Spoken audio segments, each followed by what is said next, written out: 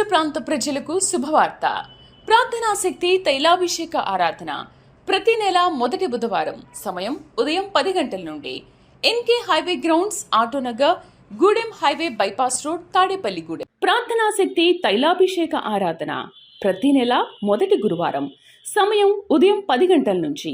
స్థలం తూర్పుగోదావరి జిల్లా, అమలాపురం దగ్గర, ఉప్పలగుప్తంలో. ప్రార్థనాశక్తి తైలాభిషేక ఆరాధన ప్రతి నెల మొదటి శుక్రవారం. స్థలం అడబాల గార్డెన్స్, ఎల్ఎన్టీ బిల్డింగ్స్ పక్కన, పెంకులపాడు రోడ్డు, పాలకొల్లు. విజయవాడ పరిసర ప్రాంత ప్రజలకు శుభవార్త. ప్రార్థనాశక్తి తైలాభిషేక ఆరాధన ప్రతి నెల మొదటి శనివారం. సమయం ఉదయం 8 గంటల నుండి. స్థలం బొబ్బూరి గ్రౌండ్స్, భవానీపురం, పున్నమి ఘాట్, విజయవాడ. ప్రార్థనాశక్తి తైలాభిషేక ఆరాధన డిసెంబర్ 7 ఆదివారం. సమయం సాయంత్రం 5:30 స్థలం ఎన్ఆర్సీ గార్డెన్, ముసాపేట్, పిల్ల నంబర్ 842, కుకట్పల్లి. ప్రార్థనాశక్తి తైలాభిషేక ఆరాధన ప్రతి నెల 2వ మంగళవారం. సమయం ఉదయం 10 గంటల నుండి. Sri convention hall, CR Reddy women's college, Vatluru, Eluru. ప్రార్థనాశక్తి తైలాభిషేక ఆరాధన ప్రతి నెల 2వ బుధవారం. సమయం ఉదయం 9 గంటల నుండి. స్థలం airport road, quarry market, Renuka apartment దగ్గర, రాజమండ్రి. ప్రార్థనాశక్తి తైలాభిషేక ఆరాధన ప్రతి నెల 2వ గురువారం. సమయం ఉదయం 10 గంటల నుండి. స్థలం Subbalakshmi Kalyana Mandapam, railway new colony, Srikanya theatre, Visakhapatnam.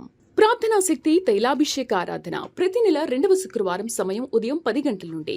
స్థలం కాపు కళ్యాణ మండపం, ఎన్ఎఫ్సిఎల్ రోడ్, ఆర్టీఓ ఆఫీస్ పక్కన, ఆర్ఆర్ నగర్, కాకినాడ. ప్రార్థనాశక్తి తైలాభిషేక ఆరాధన ప్రతి నెల 2వ శనివారం. సమయం ఉదయం 10 గంటల నుండి. స్థలం కూరగాయల మార్కెట్ ఎదురుగా, government degree college road, Ravulapalem. Yesayya నామములో మీకు వందనాలు తెలియపరుస్తా ఉన్నాను. ఈ దినం కొరకు దేవుడు సిద్ధపరిచిన వాగ్దానాన్ని మనం స్వాధీనపరచుకుందాం. పరిశుద్ధ గ్రంథంలో నుండి సామెతల గ్రంథం 3వ అధ్యాయము 6వ వచనం ద్వారా ప్రభు మిమ్మల్ని దర్శిస్తూ ఉన్నారు.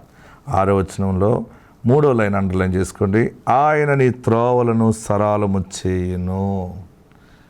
ఈరోజు ఈ మాట ఏంటంటే, ఈ యొక్క ప్రోవెర్బ్స్ చాప్టర్ 3:6లో 3rd లైన్, ఆయన నీ త్రోవలను సరాలము చేయును.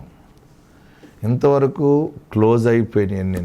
నువ్వెంతో ప్రయత్నిస్తున్నావు, ఎన్నో రోజుల నుంచి, నెలల నుంచి దాని మీద చాలా గట్టి సాధన చేసావు, ఇంకా జరగలేదు, ఇంకా ఏం అవ్వలేదని అనుకుంటున్నావు కదా. దేవుడి రోజు నీతో మాట్లాడుతున్నాడు. నీ త్రోవలు సరళమవుతాయి. నీ త్రోవల్లో ఉన్న అడ్డులు, ఆటంకాలు అన్నీ క్లియర్ అవుతాయి. దేవుడే మార్గము సరళం చేస్తున్నాడు. అయ్యో, అది బహుశా పెళ్లి సంబంధం అయినా, లేకపోతే వ్యాపారంలో ఫండింగ్ అయినా, ఇన్వెస్టర్స్ కావాలని ఎదురు చూస్తున్నాను, వచ్చినట్టు వచ్చారా దూరం అయిపోయారని అనుకుంటున్నామేమో. వ్యవస్థను స్థాపించడానికి, ఒక భూమి కొనడానికి వెళ్దాం అనుకుంటున్నాను, ఏదో ఆటంకం వస్తూ ఉంది. ఇల్లు కడదాం అనుకుంటున్నాను, ఆటంకం వస్తుంది. పెళ్లి చేద్దాం అనుకుంటున్నాను, అడ్డులు అన్నీ వచ్చేస్తున్నాయి. ఏది సరిగ్గా, ఏది ముందుకు వెళ్ళట్లేదని అనుకున్నావు కదా. దేవుడు ఈరోజు దాన్ని ప్రతిష్ఠ చేశారు. ఇక మీదట నీ మార్గములన్నీ సరళమవుతాయి. చూస్తావు, ఎక్కడికి వెళ్ళినా దీవెనగా తిరిగి మళ్ళీ ఇంటికి సంతోషంగా వస్తావు. ఎక్కడికి వెళ్ళినా, ఏ పన్ను మీద వెళ్ళినా దుఃఖముతో, వేదనతో వస్తున్నావు. ఈ దినము నుండి సంతోషమైన కార్యములు చూస్తావు, సంతోషముగా ఇంటికి వెళ్తావు.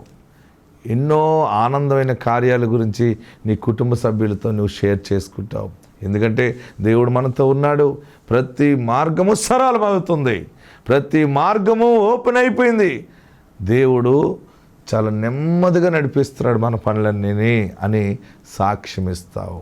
ఆయన నీ త్రోవలను సరళము చేయును. శుభప్రదమైన సాక్ష్యముతో నువ్వు దేవుని గణపరచబోతున్నావు. ఆత్మ నీకు తోడుండును గాక. ఆమేన్.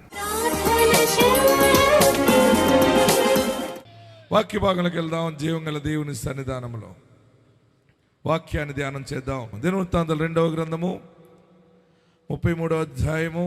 నేను ప్రార్థన చేస్తున్నప్పుడు దేవుడు నాకు ఇచ్చినటువంటి వాక్కు నేను మీకు తెలియపరుస్తున్నాను. 2 Chronicles chapter 33:12. దినవృత్తాంతాలు 2వ గ్రంథం 33వ అధ్యాయము 12వ వచనం. అతడు శ్రమలో ఉన్నప్పుడు తన దేవుడైన యెహోవాను బతిమాలుకొని తన పితరుల దేవుని సన్నిధిని తన్ను తాను బహుగా తగ్గించుకుని ఆయనకు మొరలిడగా ఆయన అతని విన్నపములను ఆలకించి యెరూషలేమునకు అతని రాజ్యములోనికి అతని తిరిగి తీసుకుని వచ్చినప్పుడు యెహోవా దేవుడై ఉన్నాడని మనషే తెలుసుకొనెను. ఆమేన్. మనషే అనే వ్యక్తి గురించి చాలా విషయాలు మనకు తెలుసు. మనషే మంచి పరిపాలన చేస్తున్నాడు. సడన్గా మనుషుడు పరిపాలన విధానంలో దేవునికి దూరమైనటువంటి స్థితిని కొనసాగించాడు. దేవుడు తన దూతలను పంపించి, మనుషులను పంపించి, సేవకులను పంపించి హెచ్చరించాడు. అలా చేయొద్దు, ఇలా చేయొద్దు, అలాగ అక్రమంగా జీవించొద్దు అని చెప్పాడు. అయినా మనషే తనకి ఏది తోస్తుందో అదే చేశాడు. దేవుడు చెప్పినట్టు కానీ దేవుని నిబంధనల ప్రకారం చేయాలన్న మనసు ఆయనకు రాలేదు. దేవునికి కోపం వచ్చింది. చూడండి, మనం పైకి చదివితే మనకు చాలా క్లియర్గా కనబడుతుంది. 9వ వచనం చదవండి. 33వ అధ్యాయము 9వ వచనంలో, ఈ ప్రకారము మనష్షే యూదా వారిని యెరూషలేము కాపురస్తులను మోసపుచ్చిన వాడై ఇశ్రాయేలీయుల ఎదుట ఉండకుండా యెహోవా నశింపజేసిన అన్యజనుల కంటెను వారు మరింత అక్రమముగా ప్రవర్తించినట్లు చేయుటకు కారకుడాయను. యెహోవా మనష్షేకును అతని జనులకును వర్తమానమును పంపినను వారు చెవియొగ్గకపోయిరి. కాబట్టి యెహోవా అష్షూరు రాజు యొక్క సైన్యాధిపతులను వారి మీదకి రప్పించెను. మనష్షే తప్పించుకొని పోకుండా వారు అతని పట్టుకొని గొలుసులతో బంధించి అతనిని బబులోనునకు తీసుకుని పోయిరి. అది శ్రమ. ఆమేన్. గట్టిగా హల్లెలూయా చెప్పండి. ఇంకా హల్లెలూయా చెప్పండి. అక్రమముగా జీవించిన విధానము. కొన్ని సమయాల్లో మానవ జీవితం ఎలా ఉంటుందంటే, మనిషిగా బ్రతకడం మాని మనిషి ఒక క్రూరమైనటువంటి మృగముగా బ్రతుకుతాడు. ఒక్కొక్కడు మానవ జీవితము మానవత్వము కలిగి బ్రతకాలని దైవము కోరుకుంటుంది. ఈ రోజుల్లో ఎక్కడ చూసినా అత్యాచారాలు, ఎక్కడ చూసినా మర్డర్లు, పొడిసేయటాలు, చంపేయటాలు, తీసుకెళ్ళిపోవటాలు. అసలు మనం ఎలాంటి మాటలు వింటున్నాం అంటే, ఉదయం లేచినప్పటి నుండి భయంకరమైనటువంటి మాటలు వింటున్నాం. మనము ఇలాంటి మాటలు వింటామని కూడా ఊహించని మాటలు వింటున్నాం. తెల్లారు లెగిస్తే న్యూస్ పేపర్లు ఏంటి, మీడియాలో వార్తలేంటి, ఏది చూసినా కొన్ని సమయాలు బాగా గమనించండి. మానవుడు ఎంత అక్రమానికి దగ్గరైపోతున్నాడో, ఎంత క్రూరమైన మనస్తత్వం కలిగి ఉంటున్నాడో. మానవుడిలో మానవత్వం పోయింది. ఏం పోయింది? అసలు మానవత్వం అనేది, మనము మానవత్వం కలిగి ఉండాలని యేసు ప్రభు మానవుడిగా భూలోకానికి వచ్చారు. యేసు ప్రభు వారు వేరే అవతారంలో వచ్చినేమో, కానీ మానవుడు చాలా దుర్మార్గపు మనసు కలిగి ఉంటున్నాడను, మానవుడిలో దైవము లేదని చెప్పి దైవమే మానవ రూపములో కన్య మరియ గర్భాన దిగి వచ్చిన నజరేయుడైన యేసు చెప్పిన మాట, నిన్ను వలే నీ పొరుగు వారిని ప్రేమించు. హల్లెలూయా చెప్పండి. గట్టి హల్లెలూయా చెప్పండి. ఇంకా గట్టి హల్లెలూయా చెప్పండి. ఇంకా గట్టి హల్లెలూయా చెప్పండి. ఏ మనుషుడు చూసినా మోసపూరితమైన మనసు ఉంది. డబ్బు కోసం ఏదైనా చేస్తాడు. ఈరోజు పరిశుద్ధాత్ముడు నీతో మాట్లాడుతూ ఉన్నాడు, నాతో మాట్లాడుతున్నాడు. లోకములో మనుషులు పాడైపోతున్నారు. పరిపాలన చేసేవారికి, పరిపాలకులకు, పరిపాలించబడుతున్న వారికి అందరికీ దైవము మనకు బోధిస్తూ ఉంది.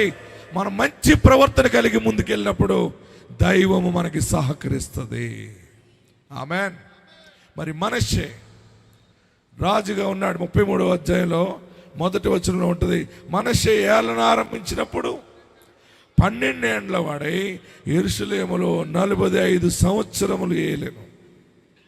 హల్లెలూయా, హల్లెలూయా. ఇక్కడ వచ్చినప్పటికి ఏమైనాడంటే 9వ వచనంలో, ఈ ప్రకారం మనష్షే యూదావారిని, దేవుని బిడ్డలను, యెరూషలేము కాపురస్తులను మోసపుచ్చిన, నశింపజేసిన అన్యజనుల కంటే, హల్లెలూయా, అన్యజనుల కంటే ఇశ్రాయేలీయుల ఎదుట ఉండకుండా యెహోవా నశింపజేసిన అన్యజనుల కంటేను వారు మరింత అక్రమముగా ప్రవర్తించినట్లు చేయుటకు కారకుడాయెను. ఎప్పుడైతే అక్రమానికి కారకుడిగా మారిపోయాడో దేవుడిచ్చిన అధికారమును కోల్పోవటం జరిగింది. హల్లెలూయా చెప్పండి. ఏదైనా మన స్థితి దరిద్రముగా మారాలంటే, ఎందుకంటే మన ప్రవర్తన సరిగా లేనప్పుడు, మనము దుష్టాలోచనలో అందరూ నాశనం అయిపోవాలి, నేనే బాగుపడాలనే దుష్టాలోచన. మనష్షే జీవితము మొత్తం దేవుని ఎదుట చాలా చీకటిగా మారిపోయింది. దేవుడు వర్తమానం పంపాడు, నువ్వు అలా ఉండటం మంచిది కాదు, నీవు ఆ రీతిగా యూదా వారిని, యెరూషలేము వారిని బాధ పెట్టడం మంచిది కాదు అంటే, నాకు చెప్పేవారు ఎవరు అనుకున్నాడు. అప్పుడు దేవుడు ఏం చేశాడంటే, తనకు విరోధముగా ఎవరున్నారో వారికి దేవుడు సహాయం చేసి వారిని వీరి మీదకి పంపించి చివరికి మనష్షేని విడిపించుకోవటానికి వీలు లేకుండా బంధించేశారు. చదవండి అక్కడ 11వ వచనం చదవండి, అందరూ చదవాలి. కాబట్టి యెహోవా అష్షూరు రాజు యొక్క సైన్యాధిపతులను వారి మీదకి రప్పించారు. చూడండి, మనష్షే తప్పించుకొని పోకుండా వారు అతని పట్టుకొని గొలుసులతో బంధించి అతనిని బబులోనుకు తీసుకుని పోయిరి. రాజుగా ఉన్నవాడు, పరిపాలన చేస్తున్నవాడు చివరికి ఒక బందిపోటు దొంగ వలె బంధించబడ్డాడు. పాపము విస్తరించినప్పుడు మనిషికి శ్రమ ప్రారంభమవుతుంది. హల్లెలూయా చెప్పండి. అక్రమమును దున్ని కీడును విత్తువాడు అదే పట్టుకొస్తాడు. నా ప్రియ సహోదరులరా, నీ జీవితంలో నేను ఇలా పడిపోయానేంటి, నాకు ఇలాగ నాశనం అయిపోయినేంటి అని అనుకుంటావేమో. ఈరోజు పరలోకము నుండి దేవుడు నీకు ఇస్తున్న గొప్ప మాట ఏంటంటే, తెలుసో తెలియకో పట్టుదలకెళ్ళి దేవునికి విరోధముగా మాట్లాడేవేమో. నీలో ఉన్నటువంటి బలాన్ని, నీలో ఉన్న ధనాన్ని, జ్ఞానాన్ని నమ్ముకుని దేవునికి దూరముగా జీవించేవేమో. శ్రమ పడుతున్నావని, బాధపడుతున్నావని అనుకుంటున్నావు కదా. మనష్షే ఏం చేశాడంటే, ఆ బంధించబడినప్పుడు, తను విడుదల పొందటానికి దారి లేనప్పుడు, అప్పుడు మనష్షే దేవునిని ఆశ్రయించాడు. అందరూ కూడా ఈరోజు ఈ మాట దేవుడు మనకిస్తా ఉన్నాడు. 12వ వచనం, అతడు, అందరూ చదవాలి, అతడు శ్రమలో ఉన్నప్పుడు తన దేవుడైన యెహోవాను బ్రతిమాలుకుని తన పితరుల దేవుని సన్నిధిని తన్ను తాను బహుగా తగ్గించుకొని ఆయనకు మొరలిడగా ఆయన తన విన్నపములను ఆలకించి యెరూషలేమునకు అతని రాజ్యములోనికి అతనిని తిరిగి తీసుకుని వచ్చెను. హల్లెలూయా. గట్టిగా హల్లెలూయా చెప్పండి, ఇంకా గట్టిగా హల్లెలూయా చెప్పండి. మనష్షే చరిత్ర అంతా చూస్తే మరలా తిరిగి ఆ యెరూషలేములోకి వెళ్తానన్న మాట, ఆలోచన అతనికి బొత్తిగా లేదు.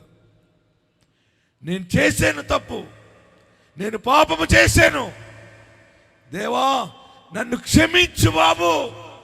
యెహోవా దేవా, నీవెంత హెచ్చరించినా నేను నీకు విరోధముగా పాపం చేశాను, నన్ను క్షమించు అని అడిగిన వెంటనే జాలిగల దేవుడు, ప్రేమామయుడు యెహోవా దేవుడు మనష్షే పట్ల కృప చూపటం మొదలుపెట్టాడు. తను తగ్గించుకుని ప్రార్థన చేస్తే మరలా అష్షూరీయుల చేతిలో నుండి విడిపించబడి మరలా యెరూషలేముకి తిరిగి వచ్చి కాలు పెట్టాడు. మరలా మనష్షే నిలబడ్డాడు. దేవుడు మనష్షే కోల్పోయిన దానిని మరలా దేవుడు మనష్షేకి ఇచ్చి మనష్షే దేవుడిని అనిపించుకున్నాడు. ఆమేన్. ఈరోజు పరిశుద్ధాత్మ దేవుడు మాట్లాడుతూ ఉన్నాడు. నీవు చేసిన అక్రమాన్ని యేసు నామములో ఒప్పుకుంటే, నీవు చేసిన దొంగతనము యేసు నామములో ఒప్పుకుంటే, నీవు చేసిన విచారము యేసు నామములో ఒప్పుకుంటే, నీవు దేవునికి దుష్ట ప్రవర్తనగా ప్రవర్తించిన ప్రవర్తన, దేవునికి విరోధంగా మాట్లాడిన మాటలు, దేవునికి విరోధముగా చేసినటువంటి పరిస్థితులు, పనులు, అవన్నీ కూడా ఈరోజు యేసు నామములో ఒప్పుకుంటే, తన సేవకుడు చేతులిచ్చి ప్రార్థిస్తుండగా నీ మీద పాపము, నీ మీద దోషము అంత కొట్టుకుపోతుంది. మరలా నీ రాజ్యము నీకు వస్తుంది, మరలా నీ ఆస్తి నీకు వస్తుంది, మరలా నీ ఆశీర్వాదం నీకు వస్తుంది, నీ అధికారం నీకు వస్తుంది. యేసు నిన్ను ప్రేమించుచున్నాడు. హల్లెలూయా, హల్లెలూయా.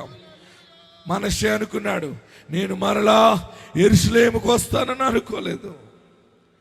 పోయినది మరలా ఎందుకు వచ్చిందంటే మనష్షే తన్ను తాను తగ్గించుకుని ప్రార్థించాడు. మనష్షే తన్ను తాను దేవుని ఎదుట గోజాడుకున్నాడు.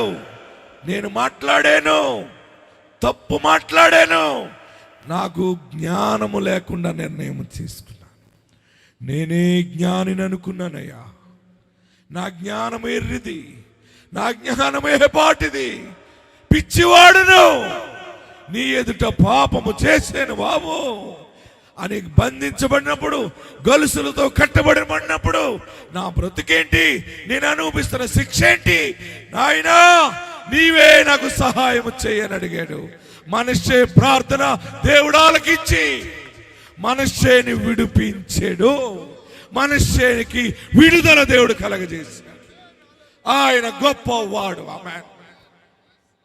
ఏడుస్తున్నావా? ఎంత ఆస్తి పోయింది, ఎంత అందం పోయింది నాది, ఎంత మంచి ఆరోగ్యం కోల్పోయినని ఏడుస్తున్నావా? యేసు ఎదుట తగ్గించుకుని ప్రార్థించు. ఎవరు ఆయన ఎద్దకు వచ్చినా ఆయన నెట్టివేసేవాడు కాదు. ఎంత ఘోర పాపినైనా క్షమించు బాబు అంటే ఒక్క సమయమే క్షమిస్తాడు ఆయన. నీ జీవితంలో మరలా చిగురు పడతావు. నీ పాపమే నీ వ్యాపారం మీద ఏలుబడి చేస్తుందేమో, నీ పాపమే నీ ఆస్తి మీద ఏలుబడి చేస్తుందేమో, నీ పాపమే నీ బిడ్డ మీద ఏలుబడి చేస్తుందేమో. పాపము ఏలుబడి చేస్తే ఆ ఏలుబడి నుండి నువ్వు తప్పించుకోవాలంటే, నీతి నీ మీద ఏలుబడి చేయాలంటే నీవు తగ్గించుకుని ప్రార్థించాలి. ఈరోజు వాక్యం నీతోనే దేవుడు మాట్లాడుతున్నాడు. ఈరోజు వాక్యము నీతోనే దేవుడు మాట్లాడుతున్నాడు. ఈరోజు వాక్యము నాతో నీతో మాట్లాడుతున్నాడు. మనం ఎక్కడ దేవునికి దూరం అయిపోయామో అది తెలుసుకుని నన్ను క్షమించి యేసయ్యా అంటే చాలు. యేసులో ఉన్నది క్షమాపణ. ఆమేన్. ఏముంది యేసయ్యలో? అందరు చెప్పాలి, గట్టిగా చెప్పాలి. క్షమిస్తాడు. ఏం పాపం చేసావు, ఎందుకు చేసావు, ఎన్నాళ్ళ నుంచి చేసావు అన్నా, ఇంకా సరే తెలుసో తెలియక చేసావు, వదిలేసేయి, ఇక పాపము చేయకు. హల్లెలూయా చెప్పండి. మనష్షేకి ఎప్పుడు వచ్చిందంటే ఈ ప్రార్థన, అన్ని కోల్పోయి శత్రువుల చేతిలోకి వెళ్ళిపోయి, దేశము కాని దేశంలో, రాజ్యము కాని రాజ్యములో మనుషులు, తనకు సంబంధం లేని మనుషులు ఎదుటికి వెళ్ళి రాజుగా బతికిన వాడు అక్కడ బానిసగా గొలుసులతో బ్రతుకుతుంటే అప్పుడు తనకి జ్ఞానం వచ్చింది. నాకెందుకు ఈ పరిస్థితి వచ్చింది, నాకెందుకు ఈ బ్రతుకు వచ్చింది, నేను పరమ తండ్రి ఎదుట పాపము చేశాను, పాపము చేసి తిని ఎదుట పరమునకు విరోధముగా.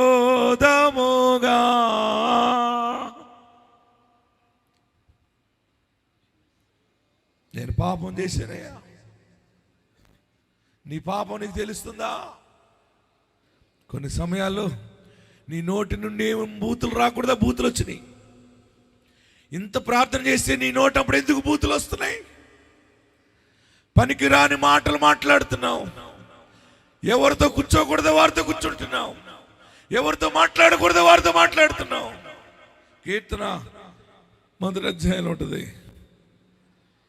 దుష్టుల ఆలోచన చెప్పు నడువక, పాపుల మార్గము నిలువక, అపహాస్కులు కూర్చుండు చోటు కూర్చుండక, యెహోవా ధర్మశాస్త్రమును ఆనందించు, దివారాత్రము దాన్ని ధ్యానించువాడు ధన్యుడు. నువ్వు కూర్చోవలసిన చోట కూర్చుని చదవవలసిన దేవుని వాక్యాన్ని చదివి వాక్యానుసారంగా ఉంటే అతడు నీటి కాలువల ఎవరను నాటబడినదై ఆకు వాడక తన కాలమందు ఫలమిచ్చు చెట్టు వలె ఉండును. తర్వాత అతడు చేయునదంతయు సఫలమైపోతుంది. మీరు నమ్ముతున్నారా? మీ కార్యాలు జరిగిపోతాయి. ఇంకా జరగలేదు అనుకున్నావేమో, అలాగున్నారేంటి? నమ్ముతున్నారా? చేతులు పైకెత్తి నోరు తెరిచి కేకలు వేసి గోల చేసి కనపరచండి దేవుని. ఇంకా పిల్లలు పుట్టలేదా? పుడతారా? ఇంకా అప్పులు తీరిపోతాయి. నీ భూమి నీ చేతికి వస్తుంది, నీ ఆస్తి నీ చేతికి వస్తుంది, నీ దీవెన నీ చేతికి వస్తుంది. నిన్ను మరలా తలగానే చేస్తాడు, ఆయన తోకగా చేయడు. తెలుసో తెలియక తప్పిదాలు చేస్తుంటాం, పడిపోతూ ఉంటాం. ఒక్కసారి లేవనెత్తు బాబు అని అడుగు. కీర్తనకాడు అంటున్నాడు, నా పాపములు నా కంటికి కనపడుతున్నాయి, నా పాపము నా ఎదుట ఉంది. నేను ఈ పాపం చేయకూడదు అనుకుంటున్నాను, ఈ తప్పు చేయకూడదు అనుకుంటున్నాను, అయినా చేస్తున్నాను. అయ్యా నన్ను క్షమించు, నన్ను పరిశుద్ధపరచు బాబు అని అడగండి. అందరూ అబద్ధాలు ఆడుతున్నాను, కొన్ని పరిస్థితులను బట్టి అబద్ధం ఆడవలసి వస్తుంది. దొంగ కొలతలు కొలుస్తున్నాను, కొన్ని పరిస్థితులు బట్టి కొలుస్తున్నాను. కొన్ని సమయాల్లో నేను ఇంటిలో నటిస్తున్నాను. నన్ను క్షమించేసయ్యా, నన్ను పరిశుద్ధపరిచేసయ్యా.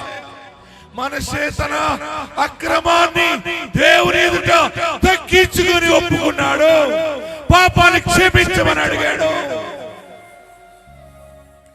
అయితే శ్రమ ఆవరించింది. ఈరోజు నిన్ను ఆవరించిన శ్రమ, నీలో ఉన్న బాధ, దుఃఖము, ఎక్కడికి వెళ్ళినా ఏడుపే, ఎక్కడికి వెళ్ళినా దుఃఖమే. ఇక నేను పాపం చేయను బాబు అని ప్రార్థన చేయండి.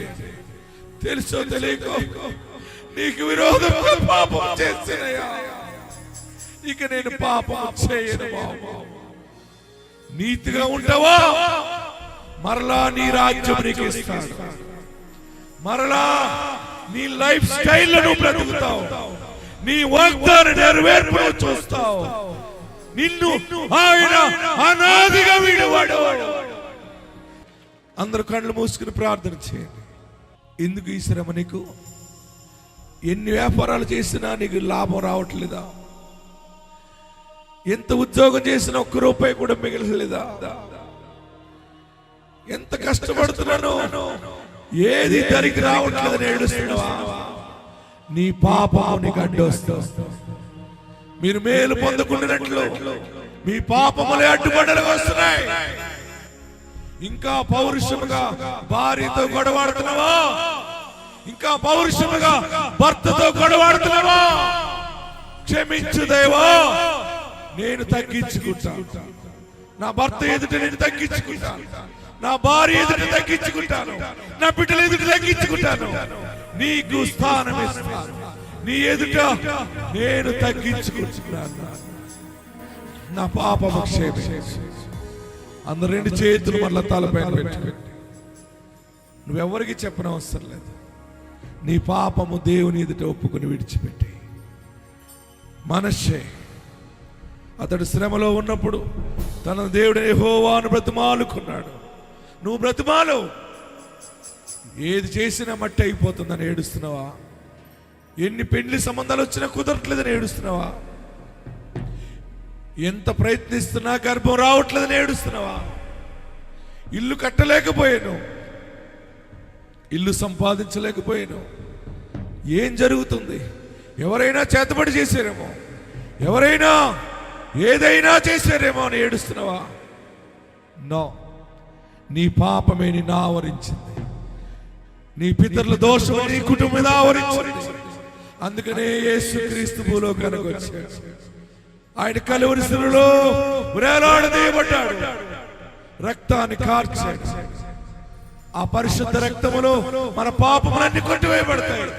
యేసయ్యా నా పాపము కడిగి వేయని అడిగితే చాలు, నీ ఇంటి మీద దోషం పోతుంది, నీ వ్యాపారం మీద దోషం పోతుంది, నీ బ్రతుకు మీద పాప దోషం పోతుంది. నీతిమంతులుగా తీర్చబడుతున్నారు. అయ్యా నన్ను పరిశుద్ధపరచని అడగండి, అయ్యా నన్ను పవిత్రపరచని అడగండి. అందరూ ప్రార్థన చేయండి. యేసయ్యా యేసయ్యా అని పిలవండి. దేవుడు మరలా నీ యెరూషలేము నీకు ఇస్తున్నాడు, మరలా నీ రాజ్యం నీకు ఇస్తాడు, మరలా నీ బంధువుల మధ్య నిన్ను తలగా నిలబెడుతున్నాడు, మరలా నీ స్వజనుల ఎదుట నిన్ను అధికారిగా నిలబెడుతున్నాడు. ఏడుస్తున్నావు కదా, నీ కన్నీళ్ళని దేవుడు ముత్యాలుగా మారుస్తూ ఉన్నాడు.